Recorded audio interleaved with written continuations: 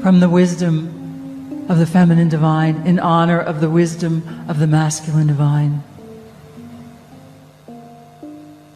The merging of what has been two energies coming into union. For the wisdom of the feminine divine and the wisdom of the masculine divine is within each one of you. And we have come upon a time to birth ourselves anew. And so, from the feminine divine, we ask you to go deep within your hearts, to a new resonance that is part of your being. It is time to birth this part of your being. Are you ready? You have given intent to be recognized. You have given intent to know more of your self-worth. And so as you reach deep within your heart, deep within your being, we ask you to align, center, balance. Feel the resonance of wholeness within you.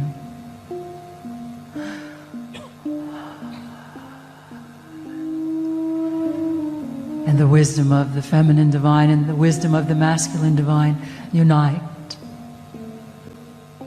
There is an alignment. The new resonance calibrates, strengthens. You bring this new resonance forward, deep in your heart. Go mining for that energy deep within your being.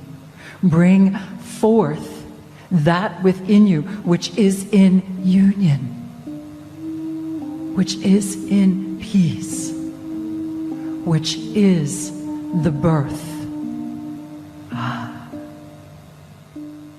And the energy flows gently through you. It is your own truth. It is your own wholeness.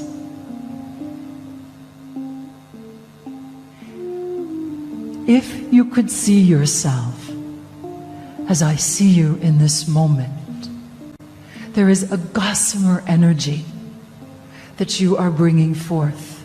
It is a foundational structure of your own being in alignment. The recognition must begin with yourself. The energy of self-worth, it must begin within you. And as you recognize yourself, you will recognize others. And they recognize you, and you recognize others, and it continues again and again. And this part of your being that you bring forth, from this moment on, you feel the energy of your feet, the gentle energy moving through the feet. For the calibration is according to your wisdom. The birth is this beautiful light that says, I am a new human. I am willing to evolve. I am a new expression of the I am.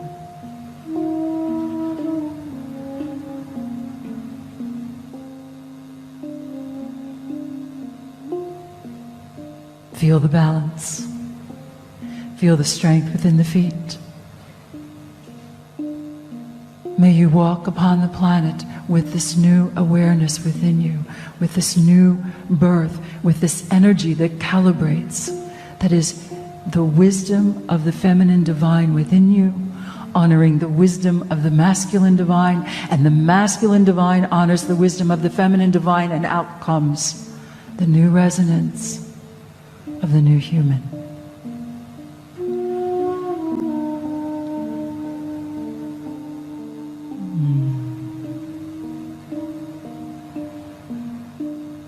Give yourself permission to be.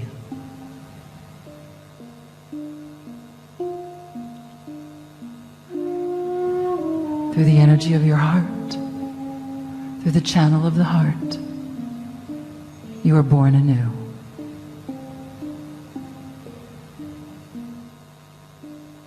Another deep breath.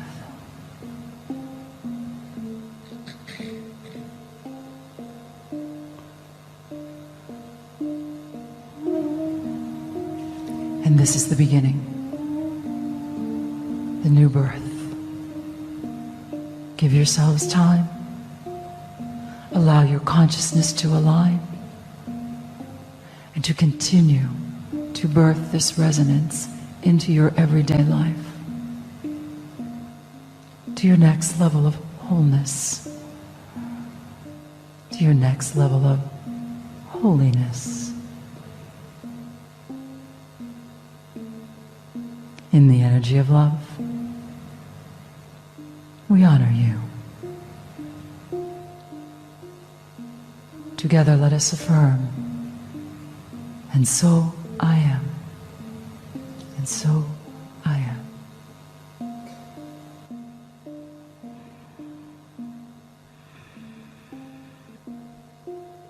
Greetings, dear ones. I am Kryon of Magnetic Service.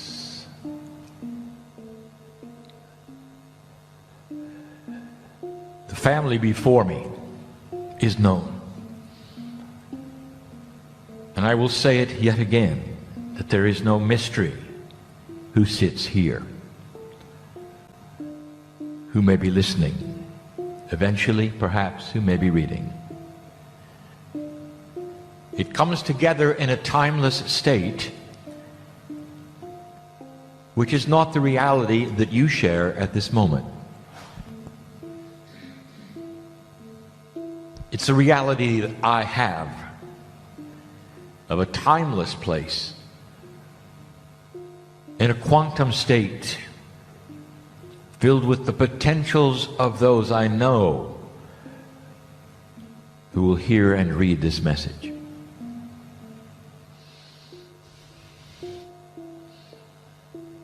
And so, although it may seem it is for you in the room, it is for all.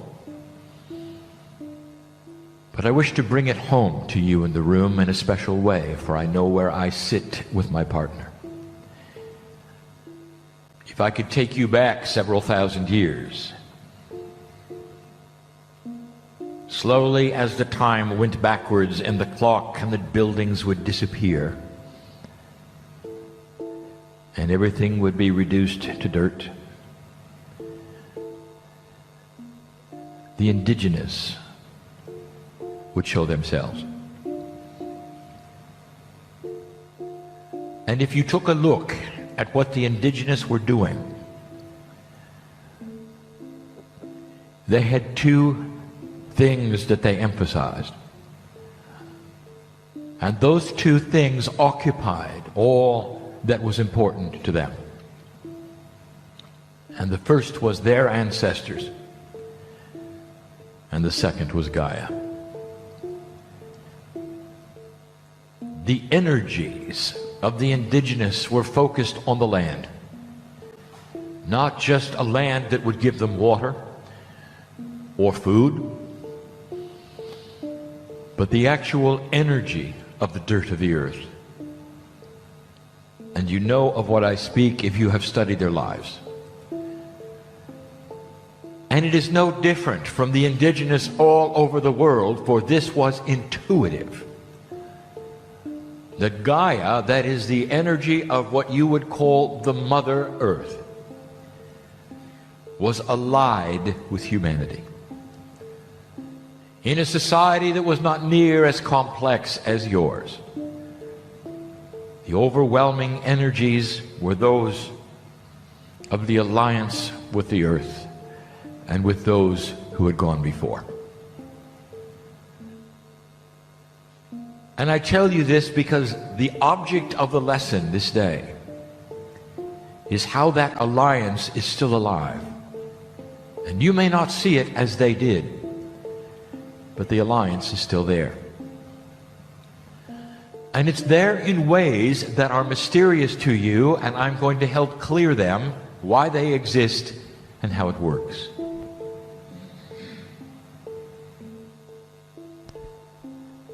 So do not be shocked or surprised if I start at the molecular level of the human being. I have to. For therein lies the mysteries.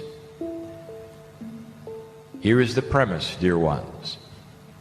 As goes consciousness, goes Gaia. That there is a partnership that is more than you think. The indigenous did not pray for rain. They did not pray for crops. They did not worship the deity of that which was untenable in their reality. They felt the planet, and they knew it was part of them. Now you're missing that today, but it's still alive. It still works that way. Let us speak of DNA yet again. The molecule sits there, unique to all things, for there is a complement of divinity in it that the animals do not have. There are certain animals that have so many things. There are even animals designed to reincarnate. Specific animals that do so for you, and yet they do not have souls as you do. They do not have the divine spark that you do. Their cycle is a cycle of love to support you. I speak now of something that I rarely speak of, and you should know this. All of the systems of the planet revolve around you as support for the human being to make their lives easier and better, as Gaia responds to what you give it. If you love an animal, you probably are aware the animal's life is short. And I will tell you as I sit here on this stage, if you believe this, if you believe that the channeling is real, then believe this. Those animals that you fall in love with come back to you. The very soul continues the love affair. And if you want to, it is there for you, and that is support, compassion of a system that honors that divinity inside a human. Did you know that? In your DNA is a quantum attribute that we have discussed for many years. My partner spoke of it just yesterday. Science is starting to see it.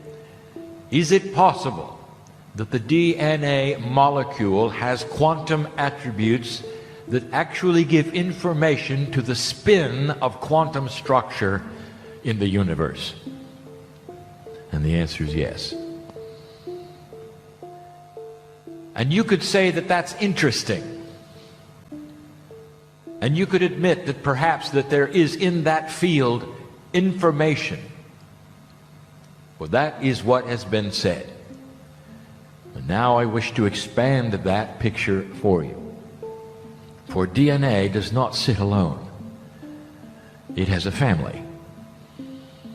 And in the human body, that family is over 100 trillion strong. And that is to say that that would encompass the greatest portion of the pieces or molecules of DNA in one human being. And you have the puzzle before you that science has never even looked at, for they do not even see the need for communication between DNA molecules. They haven't seen the field yet. They haven't seen the structure yet. They haven't seen the shadows yet. DNA has to work together in the human body for the intelligence, or what we call the innate of the human body, to function. So all DNA must work as one. From the top of your head to your toe, it must be one. And it is unique. There is no other human being on the planet that has yours. Therefore, you must acknowledge that there is something that must happen within you, the human being, that connects all of them together. Or you could not function. You could not function. There must be communication. This is where the genes are produced. This is where the information is. This is your higher self. This is the Akashic record. And it must all vibrate together, trillions of parts, as one. And so we'll say it to you for physicists to see, for them to understand finally that the human being has DNA which is in an entangled state. That is to say, it is one and the parts are one.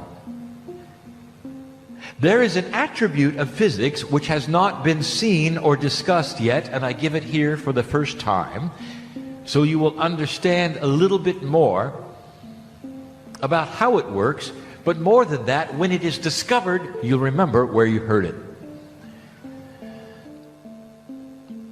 If you have multiple quantum fields around molecules, that means that they must overlap. And so the fields overlap one another. You already, as an engineer, my partner, know what happens when you have multiple overlapping magnetic fields. There's a magic that takes place that science does not understand, called inductance. You see it as a human being when you look at the magnetic field of the sun, which is the heliosphere, interfering with the magnetic field of the earth, which is the magnetic grid, and you get the aurora borealis. That is what happens when magnetic fields collide. You get sparks. And if you were then to take that and have not a magnetic field but a quantum field around every molecule, I will tell you, you don't get sparks. You get a designer entangled state. Overlapping quantum fields is something that has not yet been studied, recognized, or measured. And when they do, they will see the mechanics of an entangled state. And what that then creates is an overall field which is larger around the human being. And this is what we want to talk about. Now you know how it is created. And what might be in that field around the human being that would be measured 8 meters wide? And has it ever been seen? Yes. And you'll find it in your scriptures, the old ones, in 2 Kings. For again we say it was Elisha who saw the master Elijah ascend of his own will, and on the ground his field glowed, it illuminated, and he left the planet in that fashion, almost like a vehicle that took him, that he rode in. And Elisha named the vehicle in Hebrew, which means to ride, became the Merkabah. And so you have a name for it, an ancient name, one that is recognized not only by the ancients in spiritual lands, but also to this day of those who see it with second sight. It is the quantum field of the human being. It is the Merkabah, and it is filled with information. And the information that it is filled with seems to be non-structured to you, but it is. It is the matrix of the templates of the human being himself. And it is ready and waiting to be altered by another quantum field. And that field is called consciousness. Now, I haven't mentioned Gaia yet, have I? All of this leading up to tell you something that I have only hinted at before, and how it works. There sits the human being with all of this intact, that you can't see, that we just tell you about, but that the ancients have claimed, that the spiritual systems of old know about, and the name that remains, the Merkaba. Inside this and around every single human being is a beautiful field which some have even called magic. For in this field is your Akashic record, your higher self, for it echoes what's inside the DNA molecule itself. And if you had quantum eyes, you could look at a human and read who they were and who they used to be, what their issues are. And you would see what we would call the innate of the human being, the intelligence of cellular structure. And there are those in the room who have that sight, and you would call them medical intuitives, past life readers, and more. Healers in this room depend upon this second sight, and they see it around you as a human being, and that's how that works. It is not mystery. It's not magic. It's science. And these are the tools we speak about. I still haven't mentioned Gaia yet, have I? I'm getting there. The innate of a human being is starting to have a bridge between you and it in a way that it's never had before. Let me explain again. There are those in the room that practice something called kinesiology. Now, kinesiology is a way to contact innate. The human being, as smart as you are, sitting in the chair, listening right now, still is not smart enough to know what's going on in your own body. And we have said it before. It's a mystery, isn't it? You can have a disease growing in your body right now, and you're just smiling, having no idea, until it hurts. Isn't that odd? Innate knows it. You might have to use the muscle testing in order to find out what you're allergic to or what is going on, yes or no. Isn't it interesting that you have to go through that process, human being, to discover what is happening in your own body? So you might say to yourself, you imagine or perceive maybe something is missing. And you'd be right. There should be a bridge between all that information that is quantum, that is there to be read, and your consciousness. And you'd be right. And so the first thing I'm going to tell you that is changing in the new energy is the enhancement of the bridge to the innate. And I sit next to someone, through my partner, who has a process that crosses the bridge. New tools, not gifts, tools that you may have to pick up, know about, learn, see the structure of the 3D around them so that you can literally read your own magnetic and quantum fields. I said magnetic because it's there too. It has been acknowledged that DNA also has a small magnetic field. It has to, because magnetics is part of quantumness. There'll come a day when all of that will be far clearer, especially to those physicists who are trying to create the process of entanglement. It will always have a magnetic complement, always. I haven't mentioned Gaia yet, have I? And here's where it gets good. Gaia cooperates with humanity. Gaia is always measuring, as a group, humanity. When there are only a few human beings on the planet, and when they were in touch with Gaia, Gaia responded, and so did your DNA, in how well it worked. DNA is designed for very long life in the human body. DNA is designed for self-healing. DNA is designed so that the bridge between you and innate is always there. And that's not the way it is it? You've heard of those human beings of old who lived a great distance of years. Was that a misprint in Scripture? No.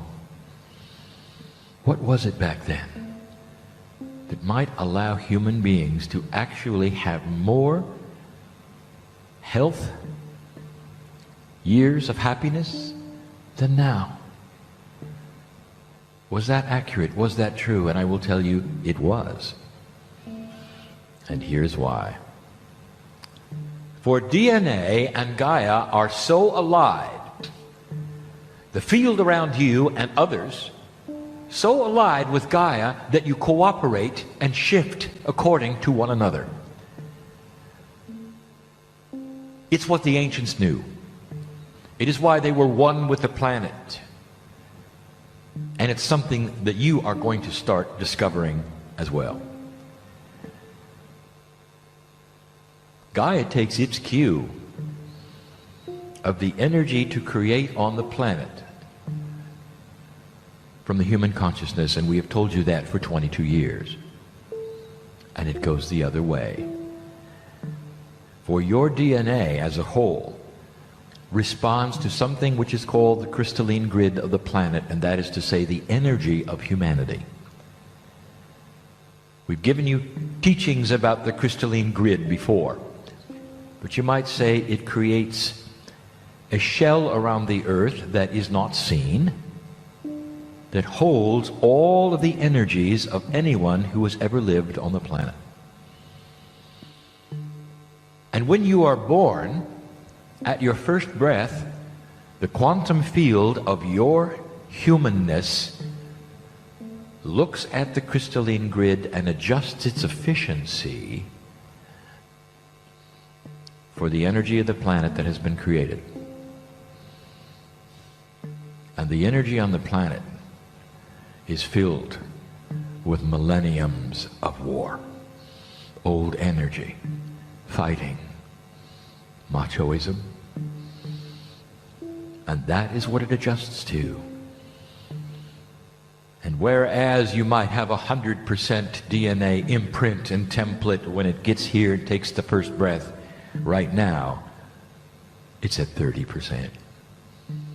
And that, dear one, is what is changing. For the DNA is now starting to operate at a higher efficiency because there's a consciousness shift going on, and you're seeing it first, of course, with the ones who are being born. At their first breath, they're at 35. And that translates into a human being which is far more aware and conceptual at a far earlier age, and we have told you about that, and that is why your children are so unusual. And you know they are. And those in the audience who have grandchildren are really seeing it. The kids are different. And you might say, well, it's too bad that we cannot do that ourselves. Well, you can. For the energy of the planet is alert and ready to send the signal to the old soul who starts to understand that they can change their own fields through the templates that float in them, through the processes and through the consciousnesses and through that which is compassion and intent. And we have said that from the beginning. So let me summarize this in simple words that are not that which are scientific. Go slow, my partner. Make this succinct.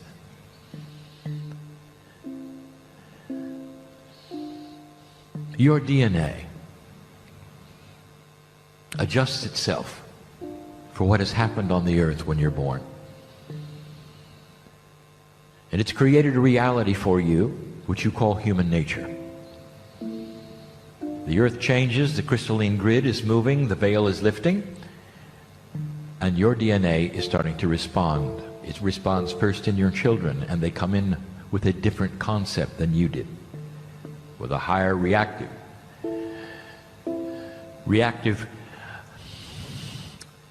feeling toward the planet. It is a higher efficiency, you might say, of consciousness than you have. And you see it because they don't think in the same linear fashion you do.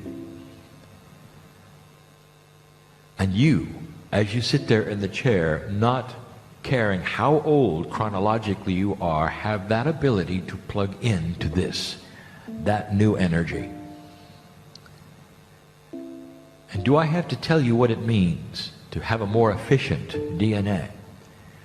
To have the bridge between the innate start to fill in. That means that you will have more intuitive thought about what is wrong or right within your cellular structure. Some of you will discover different eating habits. For the first time, you'll realize, be tuned in to a cellular structure that says, if I will change this and this, I'm going to live longer. Habits, perhaps, that you've had, you know they're not right for you, will start to drop away because your cellular structure will start to help you to eliminate them, and it never has before. And one of them is overeating. Others are that which you put into your body which is inappropriate but which you're addicted to, and you know what I mean. And the process will allow you to live much longer. You will see regeneration of cellular structure that will surprise you. You'll heal faster, and you know it. You'll start to see a situation where you're less sick than you've ever been in your life. And that doesn't make sense because now you're older.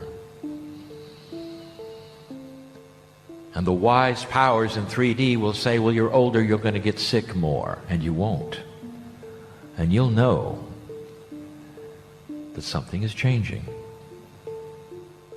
And so I guess what we're saying to you, dear ones, right here in the room, is that you can have the same things that the youngsters have.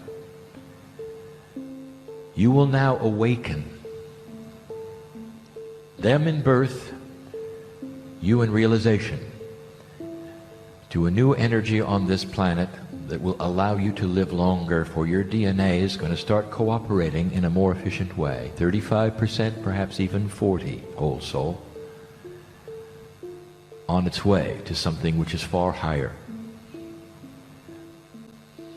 The prophet Elijah, the Master Christ, the Buddha, Paramahansa Yogananda, and many more, had DNA working at 100%. And all of them chose the way they wished to use it. And you could see it in them and feel it in them.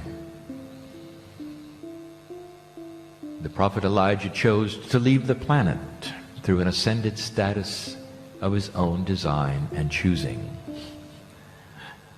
That's how powerful it is. The Christ decided to do the same thing in his own way, for the reasons that made sense for those around him whose DNA was working poorly.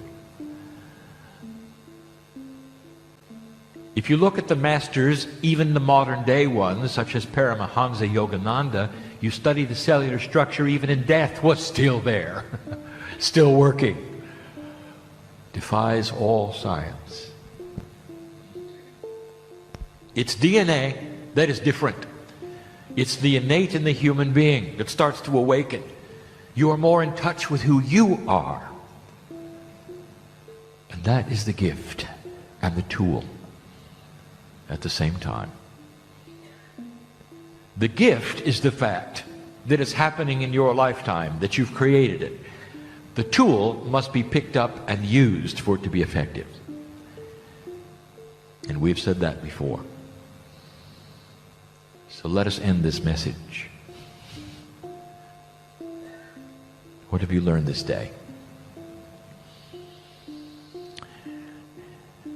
There are energies within the human being that are catalysts to enlightenment, and one of them is compassion, and you felt it this day, did you not? Do the stories of those where you saw compassion, did you not? The 33, did you not? And it touched your heart. And what would you say was the energy in the room? And what color was it? And how thick was it? And you would say, well, there was no color at all, and we don't know. What do you mean thick, Kryon? You know it was thick. As you sat there in the chairs and it sat upon you, and you felt your heart squeezed a little bit. And you had the empathy for the joy of those who were compassionate and had results. This is what I speak of. Invisible and yet profound is what you can create around you that will change lives in the room. Some of you have come for healing this weekend, and I know this. And so at the end here, I have waited to say this. This would be a very good time to receive it. There's an entourage here. There's compassion here. There's profundity of old souls here. This is a soup of opportunity, dear one. Why don't you claim it right now that you're going to rise from that chair of yours, and the seed will be planted for the health that you've asked for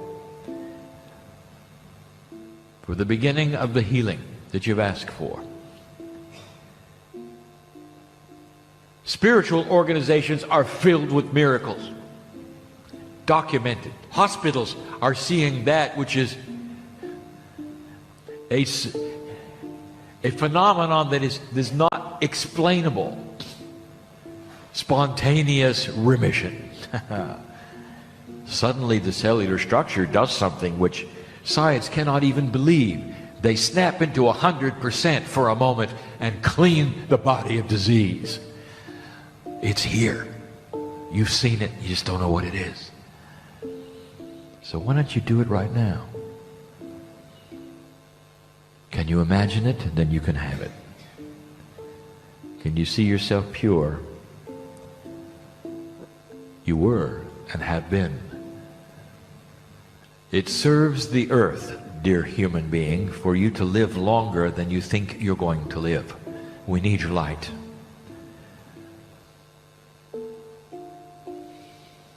So why not do it now?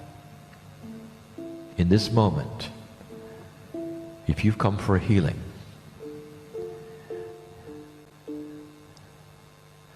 you're glowing. Right now you're glowing.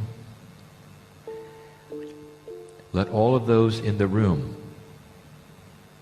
join in compassionate consciousness right now, in a quantum state that is entangled with all here, sending the compassion of healing to the ones who need it without knowing their faces or their names. And the old souls who are here can do that. And so I ask you to. You don't know their names, you don't know who they are. And those of you who have come for the healing, who know who you are, receive from the others around you. For their fields are overlapping with yours, and that means you're all in the form of a quantum state which is entangled, all one, one all.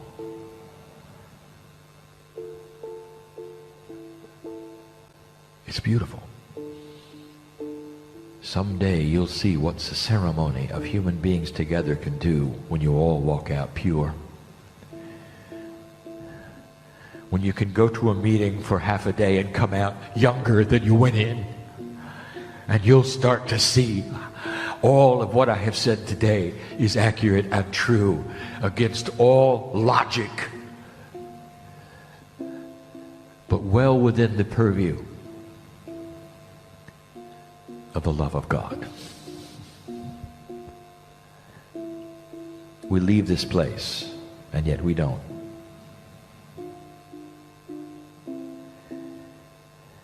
There'll never be a meeting like this again with this exact number of souls, with the names that you have, with the Akash you have. And so it's a unique meeting, much like you are unique. Go from this place different than you came. And know that Kryon does not exist in this human being sitting on this stage. Kryon exists in the soup which is God, which walks out with you. If you choose. If you choose. And so it is.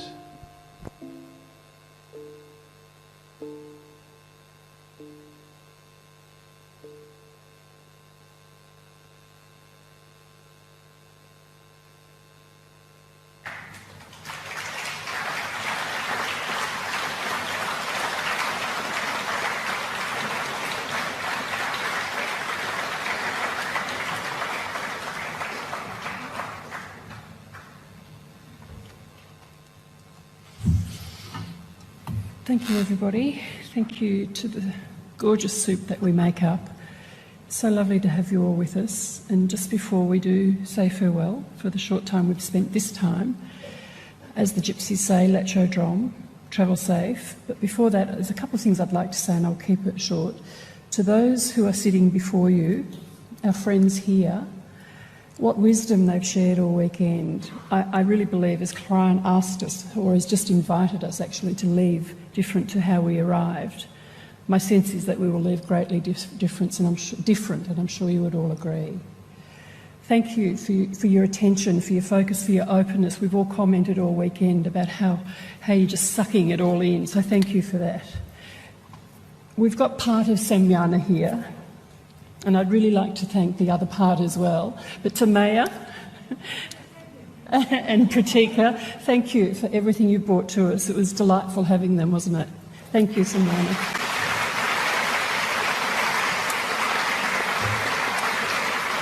To Jorge Bianchi, thank you.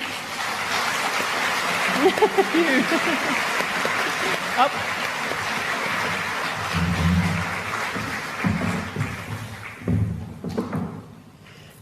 To Peggy Phoenix Dobro.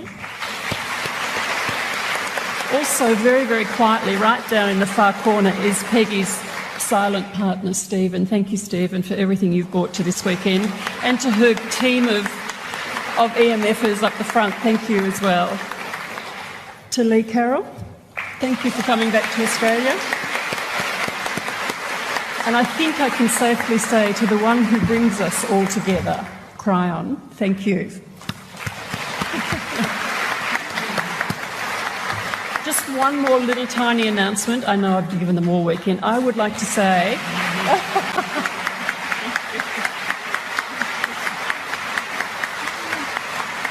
Weekends like this don't happen magically, and they do, and it certainly wouldn't have happened without my crew, and I would just like to absolutely acknowledge them from my heart. Aren't they divine? They're crazy, but we're all a little bit crazy. Beck, Bran, Karen, Danny, Heather and Lynn, our photographer, Michelle. Did I get everyone? Thank you. Thank you so much for all you've done. Go safely, friends, and thank you. And hopefully we can do this all again in the not too distant future, and we'll keep you posted. Thank you so much.